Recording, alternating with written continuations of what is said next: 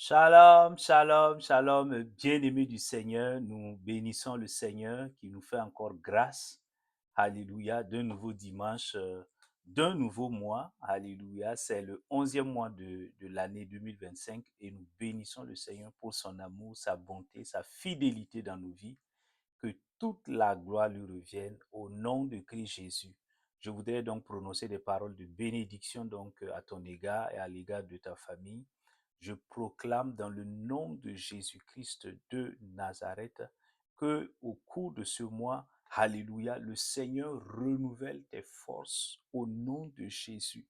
Il est écrit que ceux qui se confient en l'Éternel renouvellent leurs forces. Alléluia. En ce 11e mois où tu avais perdu des forces, je prie et je déclare dans le nom puissant de Christ Jésus que le Seigneur restaure tes forces. Il renouvelle tes forces. Alléluia. Sur tout combat spirituel que tu menais, le Seigneur renouvelle tes forces. Il exerce tes mains au combat et te donne la victoire au nom de Jésus-Christ de Nazareth. Je proclame ce renouveau. Je proclame cette restauration. Je proclame cette victoire dans ta vie, dans la vie de ta famille, au nom de Jésus-Christ de Nazareth. Amen. Alléluia. Donc, nous continuons à parler donc du thème de la moisson qui est donc le thème de l'année. Alléluia. Et la bénédiction de l'élargissement pour la moisson. Et le Saint-Esprit, donc, dans sa grâce-là, nous montre pas à pas comment conserver la moisson. Une fois que une âme est moissonnée, comment la conserver, comment donc travailler à ce qu'elle soit établie et enracinée dans le Seigneur. C'est de ça qu'il s'agit lorsqu'on parle de la conservation de la moisson. Un nouveau croyant en Christ est venu et c'est une nouvelle marche avec le Seigneur, c'est une nouvelle étape. Alléluia. Après avoir moissonné son âme, il faut maintenant que cette âme-là puisse s'établir, s'enraciner dans le Seigneur, grandir dans le Seigneur et être à son tour un moissonneur, une moissonneuse. Est-ce que tu comprends, mon frère, ma soeur? Et je prie donc dans le nom de Jésus que nous puissions comprendre donc le message que le Saint-Esprit veut nous communiquer ce dimanche-là et que nous puissions le mettre en pratique au nom de Jésus. Amen. Le dimanche passé, le Saint-Esprit donc nous a enseigné sur la nécessité d'apprendre aux nouveaux croyants à dire totalement donc oui au Seigneur Jésus-Christ, c'est-à-dire à répondre favorablement à certaines questions donc liées à sa foi, alléluia, en Christ Jésus. Donc, il s'agit donc d'apporter des réponses sincères qui vont montrer donc la consécration et l'engagement du nouveau chrétien et du nouveau donc croyant qui est chrétien, chrétienne là, à marcher avec le Seigneur Jésus-Christ. Est-ce que tu comprends, mon frère, ma soeur? Et ce dimanche-là, le Saint-Esprit donc veut nous enseigner sur un nouveau thème et tu peux le noter donc le thème donc de ce message-là, il est intitulé Conserver la moisson, deux points, apprendre à entendre Dieu. Conserver la moisson, deux points, apprendre à entendre Dieu. Et nous allons nous appuyer sur Jean chapitre 10 là, mon frère, ma soeur, verset 27. Jean chapitre 10, verset 27, Jésus-Christ, notre Seigneur qui parle, il dit, mes brebis entendent ma voix, moi je les connais et elles me suivent.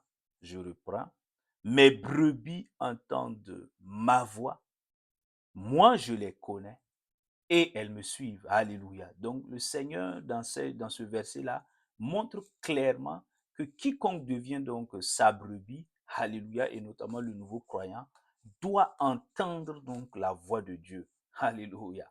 Et donc, quelle grâce, quelle bénédiction. Amen. Et pourquoi cela est extrêmement important? Parce que Dieu parle, il lui dit, celui qui a créé la bouche ne parlerait-il pas? Celui qui a créé l'oreille n'entendrait-il pas? Donc Dieu parle. Et ses enfants, il le dit dans Job, Dieu parle tantôt d'une manière, tantôt d'une autre. Et souvent, nous ne prenons point garde. Alléluia. Donc, il est extrêmement important que le nouveau croyant, parce il est devenu enfant de Dieu, il est devenu fils, fille de Dieu. Et dans Romains, là, il dit, ben, dans Galates, il dit, ce sont ceux qui se laissent conduire par le Saint-Esprit qui sont devenus enfants, qui sont devenus fils et filles de Dieu. Donc, dès qu'il est devenu donc ce nouveau croyant, est devenu fille de Dieu et fils de Dieu, il doit se laisser conduire par le Saint-Esprit. Mais comment pourrait-il se laisser conduire par le Saint-Esprit s'il n'entend pas le Saint-Esprit, s'il n'entend pas Dieu? Alléluia. Dans le royaume de Dieu auquel il vient d'appartenir, là, le nouveau croyant, il doit donc laisser le roi de ce royaume-là le conduire. Ce n'est plus le nouveau croyant lui-même qui se conduit par ses propres pensées, par sa propre intelligence. Non, c'est le Saint-Esprit qui doit donc le conduire. Alors la problématique est là. Comment se pourrait-il donc, comment se ferait-il que ce nouveau croyant-là puisse donc marcher dans cette conduite-là s'il n'entend pas le Saint-Esprit lui donner des directives, lui dire va à gauche, va à droite, fais ceci, ne fais pas cela. Cela serait difficile, mon frère, ma soeur. Donc, il est extrêmement urgent, important, si tu es nouveau croyant, mon frère, ma soeur, que tu puisses donc écouter, et même si tu es, entre guillemets, un ancien croyant, que tu puisses écouter donc ce message que le Saint-Esprit veut donc nous communiquer, afin de pouvoir donc entendre et de pouvoir discerner clairement la voix de Dieu et marcher donc dans sa, dans les, de manière en obéissant au Saint-Esprit. Alléluia. Et cela est très, très important, mon frère, ma soeur. Donc, nous allons voir le thème sur le fait d'entendre Dieu. Il est extrêmement large. Donc, nous allons juste voir les quatre voies élémentaires, hein, par lesquelles donc le nouveau croyant peut entendre Dieu. Les quatre voies, les quatre chemins.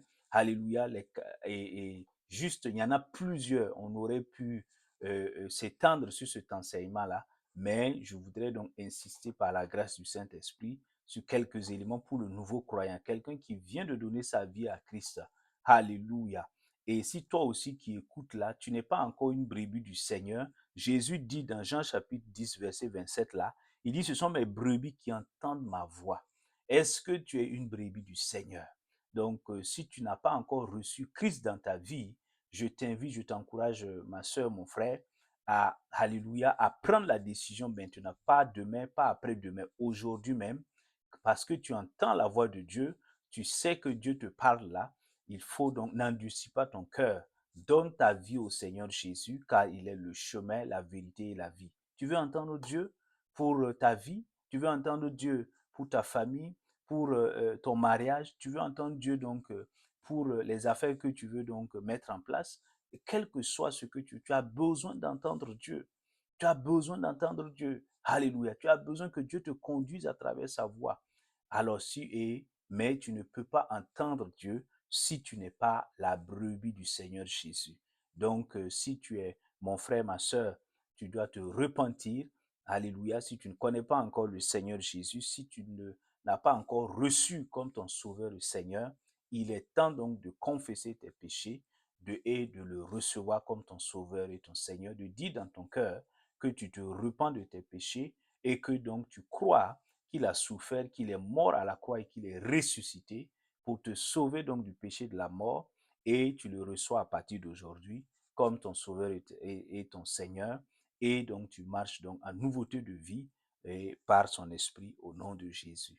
Alléluia. À partir de cet instant-là, tu deviendras donc une brebis du Seigneur et tu pourras commencer à entendre sa voix et marcher donc dans ta destinée. Je prie qu'il en soit ainsi dans ta vie au nom de Jésus. Amen. Et donc, comme je le disais, mon frère, ma soeur, nous allons donc voir quatre voies basiques, élémentaires par lesquelles donc nous pouvons, en tant que nouveaux croyants, entendre clairement donc la voix de Dieu et marcher donc selon sa voix. Est-ce que tu comprends? Donc, tu peux le noter. La première des choses, c'est que lorsque je suis un nouveau croyant en Christ Jésus, je dois apprendre et on doit me l'enseigner, alléluia, dans l'église dans laquelle le Seigneur va me planter. Et on doit donc m'enseigner, je dois apprendre à entendre Dieu par sa parole. Alléluia. C'est la première voie basique. Dieu parle, mon frère, ma soeur. Et comment parle-t-il? À travers sa parole, la Bible, mon frère, ma soeur, la Bible. Tu comprends? Et nous pouvons le lire. Premier point là, nous le trouvons dans Jean chapitre 1, verset 1. Il dit, mais au commencement était la parole. La parole était avec Dieu et la parole donc était Dieu. Donc, tu vois, donc Dieu et sa parole font un. Alléluia. Et donc, la parole de Dieu et Dieu sont indissociables, tu comprends? Et il est encore dit que Jésus donc est la parole faite chair, tu comprends? Donc, il est extrêmement important que tu puisses comprendre que si tu veux entendre Dieu, il ne s'agit pas donc d'imaginer 1000 voix. La toute première voix est la plus ordinaire, la plus commune par laquelle donc Dieu passera pour te parler, pour communiquer avec toi et pour faire entendre sa voix et sa volonté, c'est la Bible, c'est sa parole. Est-ce que tu comprends, mon frère, ma soeur? Et donc, pourquoi la Bible? Alors, la Bible, c'est la parole de Dieu, alléluia, et elle est digne de confiance. Elle est digne de confiance, mon frère, ma soeur. Alors, dans 2 Timothée, là, tu vois, il dit, ben, les Saintes Écritures, dans 2 Timothée chapitre 3, dans 2 Timothée chapitre 3, là, alléluia, il parle donc de Timothée chapitre 3, verset donc 16 à 17. Il dit, toute écriture est inspirée de Dieu et utile pour enseigner, pour convaincre, pour redresser, pour éduquer dans la justice, afin que l'homme de Dieu soit adapté et préparé à toute bonne œuvre. Tu entends? Il dit, la parole de Dieu, la Bible, là, toute écriture est inspirée de Dieu. Donc, les rédacteurs étaient ceux qui ont rédigé, Marc, Pierre, Jean, etc. C'était des hommes, Paul, mais c'était les rédacteurs. Mais l'auteur, c'est le Saint-Esprit. Et c'est le Saint-Esprit qui a inspiré. Donc, l'auteur, c'est Dieu lui-même. Alléluia. Donc, la parole de Dieu est digne de confiance.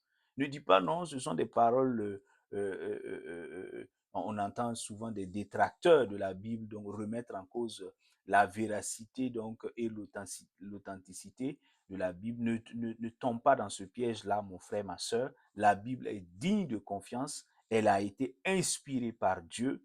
Alléluia. Et communiquée à des hommes qui l'ont retranscrite. Donc, c'est la parole donc et la Bible continue en disant que cette parole de Dieu, elle est la vérité. Tu peux le noter donc, nous n'allons pas le lire, dans 2 Timothée chapitre 2, verset 15, et dans Psaume 19, verset 8, là, il est précisé que la parole de Dieu est parfaite. Alléluia. Elle est parfaite. Elle est infaillible. Il n'y a pas de défaut en elle. Elle est parfaite. Le Psaume 19, verset 8 le dit clairement. Et 2 Timothée 2, verset 15 dit que c'est la vérité. Elle est vraie. La parole de Dieu est vraie. Et on continue dans Hébreux 4, là, verset 12, il donne d'autres caractéristiques de la parole de Dieu en disant la parole de Dieu est vivante et puissante.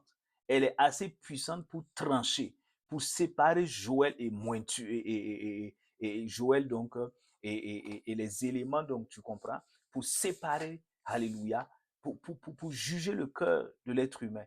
Est-ce que tu comprends, mon frère, ma soeur? Et là, il dit dans 2 Timothée 3, là, d'autres fonctions de la parole, qu'est-ce que c'est? Elle est utile pour enseigner, pour convaincre, pour redresser, pour éduquer dans la justice.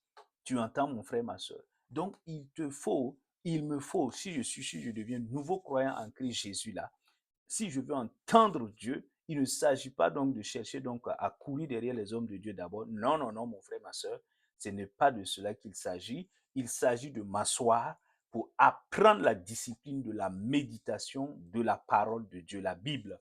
Alléluia. Et tu le notes dans Josué chapitre 1, verset 8, là, il en parle, il dit, mais tu dois méditer, je dois méditer en tant que nouveau croyant.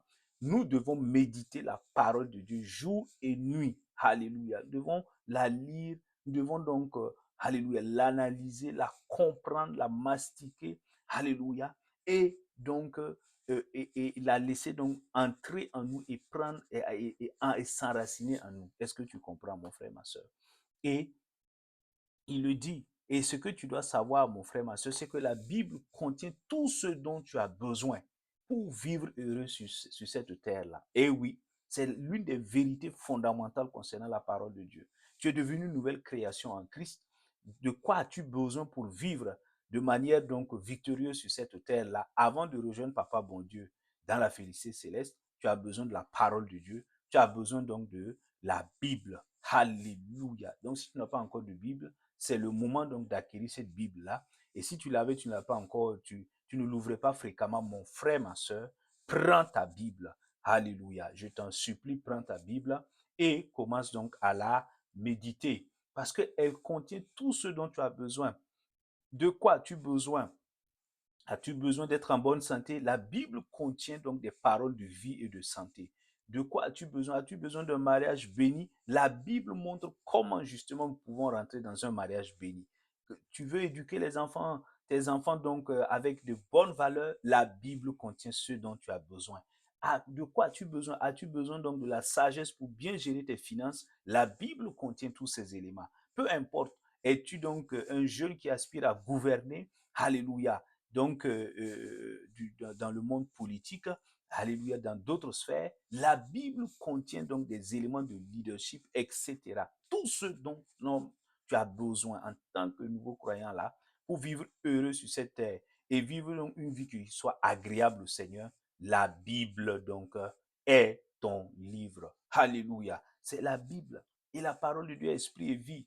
Tu comprends? Et il le dit dans le Proverbe 4, verset 20 à 22, il dit, ben, prends la parole, elle sera donc de la vie, elle donnera la santé à ton corps, elle te donnera vie. Proverbe 4, verset 20 à 22. Alléluia. Concrètement, comment méditer, mon frère, ma soeur? Non, mais il ne s'agit pas d'ouvrir sa Bible et de vouloir la lire comme un journal. Non, non, mon frère, ma soeur. Il faut d'abord une disposition de cœur. Il faut que tu crois dans ton cœur de manière sincère que Dieu veut te parler à travers la Bible, à travers sa parole. Est-ce que tu comprends? C'est de ça qu'il s'agit. Et ensuite, tu demandes l'aide du Saint-Esprit. Tu n'as pas lu dans Corinthiens là. Il dit, mais 2 Corinthiens là. Il dit, ben, notre capacité vient de Dieu. Donc, la capacité, alléluia, tu demandes l'aide du Saint-Esprit afin d'avoir la révélation de sa parole. C'est sa parole. Alléluia. Donc, tu le pries afin qu'il ouvre tes yeux pour que tu comprennes selon donc son entendement à lui et que tu puisses donc mettre en pratique ce que tu vas apprendre. Alléluia. Donc, tu prends, et moi je conseille à tout nouveau croyant de commencer toujours par le livre de l'Épître de Paul aux Romains. Alléluia. Et donc, lorsque tu médites, tu prends Romains chapitre 1, un chapitre par jour là, tu médites, mon frère, ma soeur. Donc, tu regardes, tu pries et tu commences donc à lire une fois, 2 fois, 3 fois, avec l'aide du Saint-Esprit. Le Seigneur va commencer donc à toucher ton cœur avec certains versets, avec certaines paroles, et tu vas donc, alléluia, commencer à voir des choses, à comprendre des choses que tu ne comprenais pas. Alléluia. Et tu vas à partir de là commencer donc à même prier. Tu peux, lorsque tu vas comprendre certaines vérités fondamentales, tu vas prier. Lorsque je médite Romains chapitre 1, je suis touché à chaque fois par 2 ou 3 versets. Il dit, mais Romains chapitre 1, verset donc 16, verset 17, il dit, mais le juste, mon juste vivra par la foi. Donc quand tu arrives là, tu comprends, ah, le juste c'est qui? C'est moi, le nouveau croyant, racheté par le sang de Jésus. Je suis de Jésus-Christ m'a justifié. Hébreux chapitre 10, verset 10 là, tu as vu ça. Et donc, je suis devenu juste aux yeux de Dieu et je dois maintenant vivre par la foi, pas par ce que je vois, pas par mon intelligence charnelle. Non, je dois vivre en mettant ma confiance totale au Seigneur. Donc, cette parole, donc, elle est extrêmement fondamentale et ça me touche et je note cela sur mon calepin pour pouvoir donc et prier et en faire un sujet de prière en disant, Seigneur, aide-moi à vivre tous les jours en marchant par la foi et non par les circonstances et non par les événements de la vie. Non, Seigneur. Amen. Et tu verras que tu vas pouvoir grandir dans la connaissance du Seigneur et pouvoir faire sa volonté parfaite. Je prie qu'il en soit ainsi dans ta vie au nom de Jésus. Et tu pourras entendre Dieu clairement. Alléluia. Il pourra te communiquer donc ce qu'il veut et tu pourras donc avancer avec lui au nom de Jésus. Amen. Alors, la deuxième voie donc par laquelle le Seigneur donc fera entendre sa voix, et tu peux le noter, c'est par son esprit. Donc, je dois apprendre en tant que nouveau croyant à entendre Dieu par son Esprit Saint. Alléluia. Alléluia. Et comment donc cela donc sera possible là? C'est lorsque je vais soupirer donc après le baptême du Saint-Esprit. Alléluia. Lorsque je reçois Christ, c'est une grande bénédiction, mais j'ai besoin donc alléluia, non seulement de passer par les eaux du baptême par immersion, mais aussi j'ai besoin de recevoir l'Esprit de Jésus, le Saint-Esprit, par son baptême. Alléluia. Et parce que je manifeste cette foi en tant que nouveau croyant, le Saint-Esprit dans sa grâce viendra me baptiser. Je serai donc baptisé et donc le Saint-Esprit, donc je serai rempli donc du Saint-Esprit, mon frère, ma soeur. Je vais commencer donc à parler en langue, donc comme il est écrit dans Actes chapitre 2 là, et donc le Saint-Esprit va me remplir et va commencer à me diriger, alléluia, selon sa volonté parfaite. Et mon frère, ma soeur, par sa grâce là, en recevant ce baptême là, le Saint-Esprit donc va m'accorder la grâce de pouvoir manifester son fruit, de manifester ses dons, alléluia. Et il est extrêmement important. Le Saint-Esprit, quand il vient, qu'est-ce qu'il est venu faire? Concernant, et tu peux le noter dans Jean chapitre 14, verset 26 là, et nous n'allons pas le lire, mais le Seigneur Jésus dit que le Saint-Esprit, il veut m'enseigner en tant que nouveau croyant, il veut m'enseigner toutes choses. Le Saint-Esprit est là en moi pour m'enseigner toutes choses. Alléluia. Et il veut également me rappeler les paroles du Seigneur Jésus-Christ. Tu comprends? Et également, le Seigneur Jésus précise dans Jean chapitre 16, verset 13 là, que lorsque le Saint-Esprit vient, il veut me conduire dans toute la vérité et il veut également m'annoncer les choses à venir dans ma vie et dans les nations. Est-ce que tu comprends? Donc, lorsque je dois soupirer après le baptême du Saint-Esprit, en tant que nouveau croyant, il est fondamental que je reçoive ce baptême-là. Amen. Pour pouvoir marcher donc et vivre d'une manière qui soit agréable au Seigneur. Est-ce que tu comprends, mon frère, ma soeur?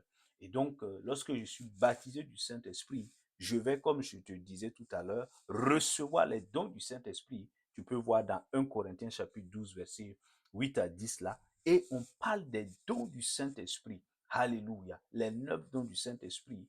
Et juste, je te donne juste quelques exemples. La parole de connaissance, la parole de sagesse, le don de prophétie. Alléluia. La parole, le don donc de discerner donc les esprits. Alléluia. Et donc le don de parler en langue. Tous ces éléments-là. Alléluia. Il y en a bien d'autres. Alléluia. Mais le Saint-Esprit donc va m'accorder ces dons. Je vais commencer à les manifester.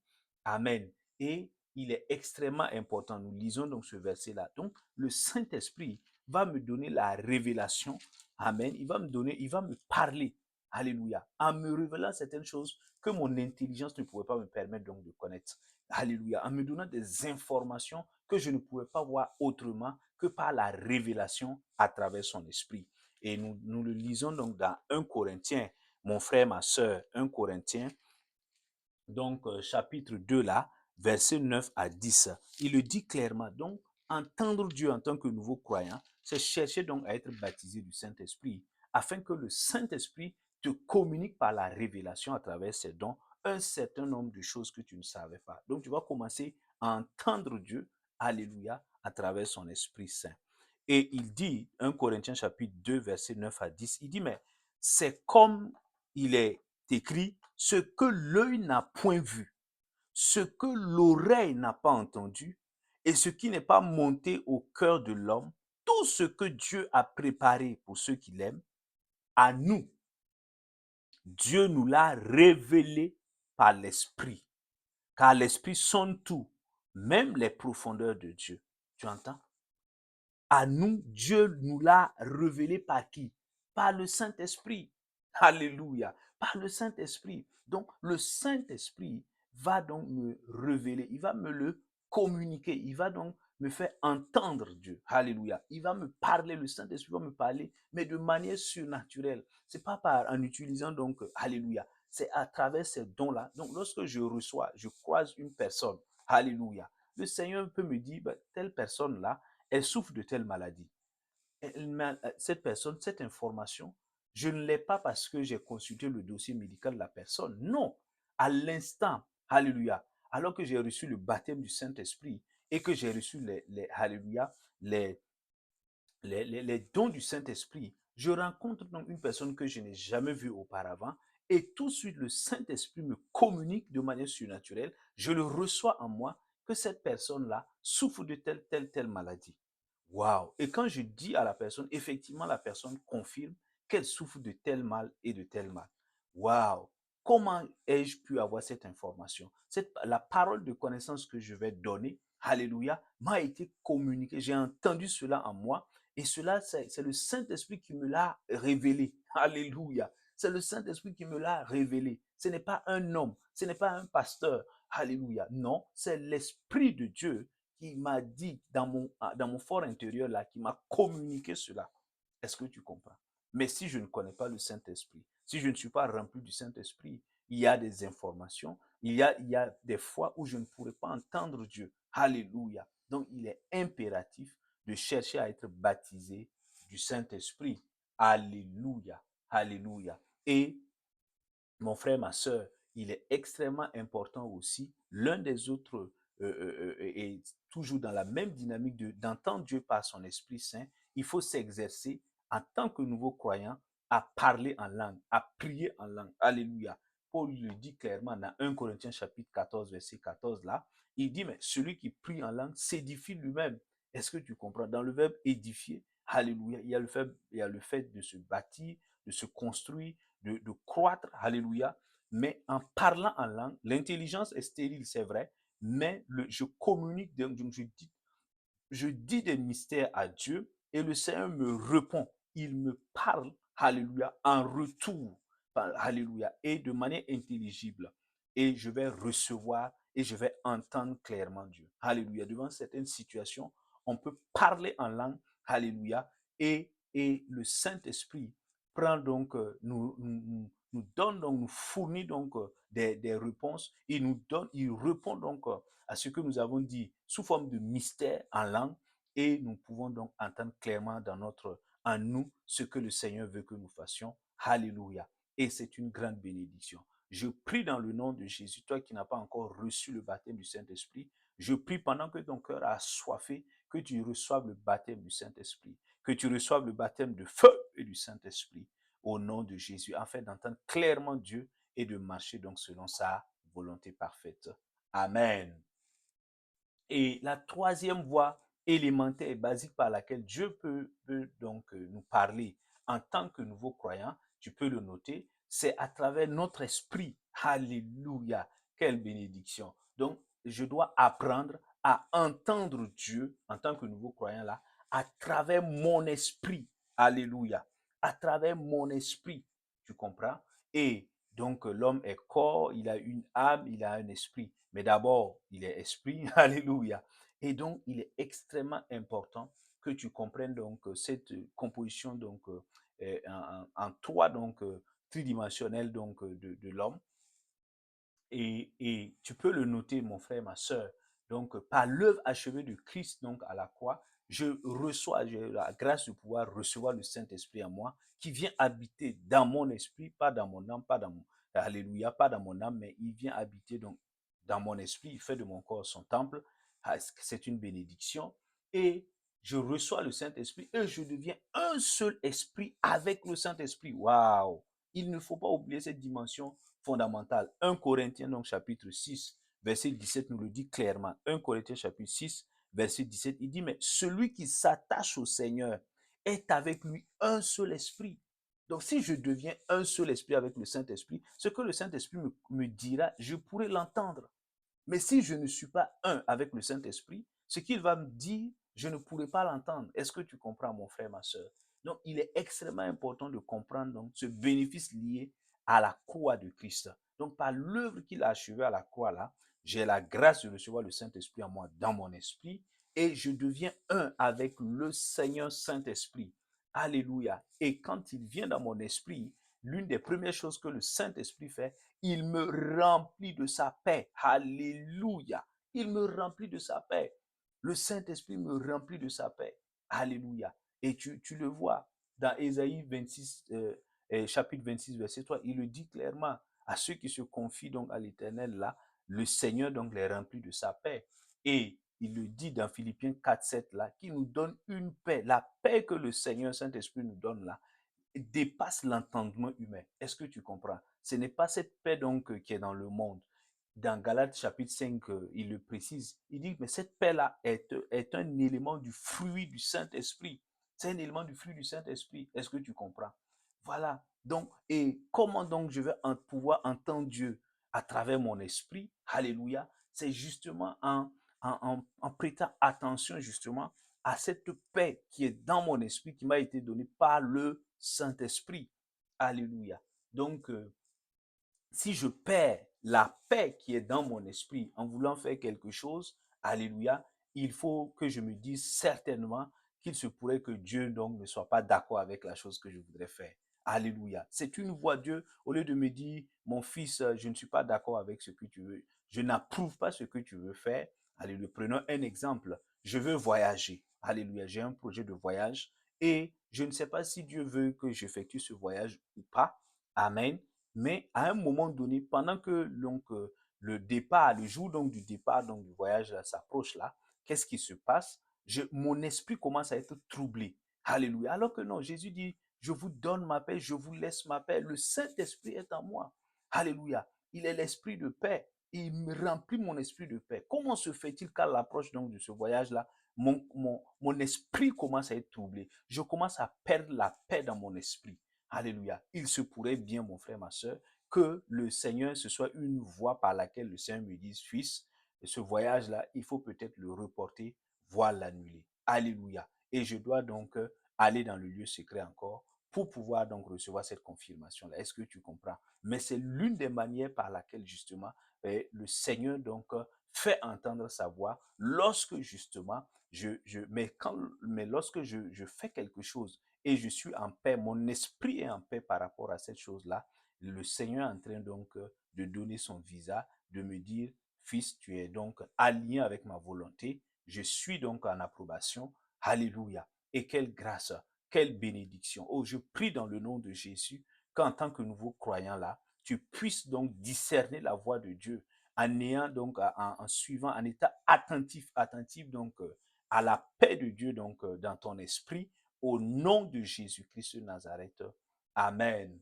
Et pour terminer, mon frère, ma soeur, donc la quatrième voie donc élémentaire, basique donc par laquelle Dieu peut passer pour donc nous faire entendre sa voix en tant que nouveau croyant là, qu'est-ce que c'est? Je dois donc apprendre à entendre Dieu à travers ma conscience. Oui, alléluia, ma conscience.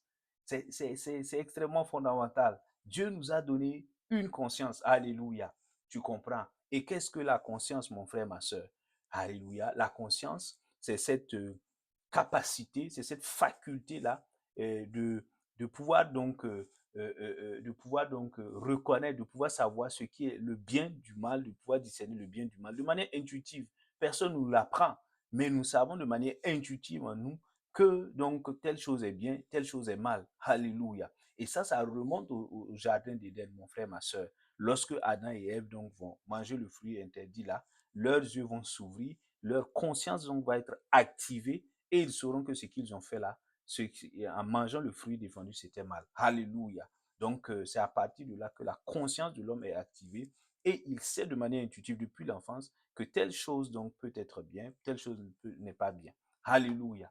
Et cette conscience-là, nous devons apprendre en tant que nouveaux croyants à écouter la conscience parce que c'est comme la voix intérieure de Dieu en nous. Alléluia. Tu comprends, mon frère, ma soeur. Et et tu peux noter quelques versets pour lire plus tard Romains chapitre 2, verset 15. Alléluia. Mais nous allons lire donc 1 Jean chapitre 3, mon frère, ma soeur, 1 Jean chapitre 3, verset donc 1 Jean chapitre 3, verset 21. Alléluia. 1 Jean chapitre 3, verset donc 21 à 22. Qu'est-ce qu'il dit là-bas? 1 Jean chapitre 3, verset 21 à 22. Il dit, bien-aimé, si notre cœur ne nous condamne pas, alléluia, nous avons de l'assurance devant Dieu. Autrement dit, si notre conscience ne nous condamne pas, nous pouvons être confiants, nous pouvons avoir l'assurance quoi, que nous sommes alignés avec la volonté parfaite de Dieu. Alléluia. Donc, autrement dit, si notre conscience nous condamne par rapport à un fait, par rapport à une action que nous voulons poser ou que nous avons déjà posée, si notre conscience nous condamne, nous n'avons pas besoin d'aller dire au Seigneur, Seigneur, est-ce que ce que je fais là, c'est mal? Non. Le Seigneur nous dit déjà à travers notre conscience là, qui nous condamne déjà, que nous n'avons pas obéi, que nous ne l'avons pas obéi. Est-ce que tu comprends, mon frère, ma soeur? Donc, la conscience également est cette voix élémentaire-là par laquelle donc Dieu donc, peut faire entendre donc, sa voix et te parler concernant donc sa volonté. Est-ce que tu comprends, mon frère, ma soeur? Donc, il est très, très important donc, que tu puisses donc le savoir. Alléluia. Jacques, justement, le livre de Jacques en parle. Alléluia. Et donc, dans Jacques chapitre 4, verset 17, là, il dit, ben, si je sais, notamment dans ma conscience, si je sais faire le bien et que je ne le fais pas, j'ai désobéi à Dieu. Alléluia. Dieu me donne une conscience et dans cette conscience-là, j'ai la connaissance intuitive de ce qui est bien et de ce qui est mal. Alléluia. Et donc, lorsque je reconnais que telle chose-là est bien et que je ne le fais pas, ça veut dire que Dieu n'a pas besoin de venir me dire que telle chose, alléluia, déjà dans ma conscience, j'ai reconnu que faire telle chose est bien et ne pas faire telle chose-là et faire telle chose est mal. Alléluia. Donc, amen. Donc, lorsque je ai dit, si je sais faire dans ma conscience me dit que faire telle chose, alléluia, est une bonne chose et je m'abstiens de le faire. Jacques chapitre 4, verset 17 nous dit que en ce moment, nous péchons contre Dieu. Nous avons désobéi à Dieu. Alléluia. Donc, notre conscience lui-même va témoigner que nous n'avons pas fait ce que Dieu voulait. Est-ce que tu comprends? Et donc, il est extrêmement important donc, que tu puisses comprendre cela. Alors, comment entendre Dieu concrètement à travers ma conscience? Alléluia. Donc, et je sais, il y a des connaissances intuitives qui sont là. Alléluia. Je sais que mentir, insulter quelqu'un, alléluia, n'est pas une bonne chose. Alléluia. Ça, c'est ma conscience qui me le dit.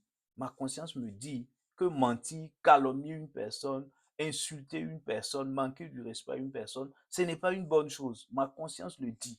Alléluia. C'est la voix intérieure de l'esprit. Et donc, alors, si je mens, ma conscience elle-même là va me condamner et je ne pourrai pas avoir cette assurance devant Dieu. Donc, je pourrais savoir que Dieu n'approuve pas ce que je suis en train de faire. Ma conscience elle-même, c'est comme un tribunal intérieur, me condamne. Donc, je sais que Dieu n'est même pas d'accord avec ça. Alléluia. Donc, je prie dans le nom de Jésus que nous puissions donc apprendre en tant que nouveaux croyants là à écouter donc plus souvent donc ce que dit notre conscience, cette connaissance intuitive que nous avons pour discerner le bien du mal là. Car souvent, la voix de Dieu également se fait entendre à travers donc notre conscience. Alléluia. Il y a bien d'autres canaux, bien d'autres voies par lesquelles Dieu peut nous parler, mais je voudrais résumer donc ces éléments-là à travers donc la parole de Dieu, le Saint-Esprit, notre esprit et notre conscience, alléluia, afin donc que nous puissions comprendre que ce sont des éléments basiques, des voies élémentaires que Dieu utilise pour nous faire entendre, sa voix. Alléluia. Je prie que tu comprennes cela et que dorénavant, tu puisses en tant que nouveau croyant discerner la voix de Dieu, parce que Satan viendra donc pour donc également te parler, les démons viendront pour te parler, ta propre chair viendra donc pour te parler, mais je prie donc que tu comprennes cela et que qu'à partir de maintenant, tu commences à discerner la voix de Dieu et à obéir donc à la voix de Dieu au nom puissant de Christ Jésus, afin d'être établi, enraciné en Christ Jésus. Alléluia. Je prie qu'il en soit ainsi dans ta vie au nom de Jésus. Je bénis ta semaine au nom de Jésus. Je proclame que la vie divine abonde en toi. Je proclame que tu marches dans la victoire. Tes forces sont renouvelées au nom puissant de Christ Jésus. Le Seigneur bénit l'œuvre de tes mains et ouvre de nouvelles portes. Bénis donc pour toi dans le nom de Jésus-Christ de Nazareth. Le Seigneur restaure ta famille par la puissance de son esprit au nom de Christ Jésus. Amen. Donc, tu es béni, mon frère, ma soeur. Que la grâce de Dieu, donc, t'accompagne. Nous nous retrouvons par la grâce de Dieu, donc, la semaine prochaine. D'ici là, donc, que sa faveur continue, donc, de surabonder dans ta vie. Au nom de Jésus-Christ de Nazareth. Qu'au cours de cette semaine, tu sois encore capable d'entendre Dieu de manière claire, que tu puisses donc obéir donc à ses instructions et que la vie divine et que la victoire donc soit ton partage au nom de Jésus. Amen. Donc, tu es béni, mon frère, ma soeur. Shalom, shalom, shalom.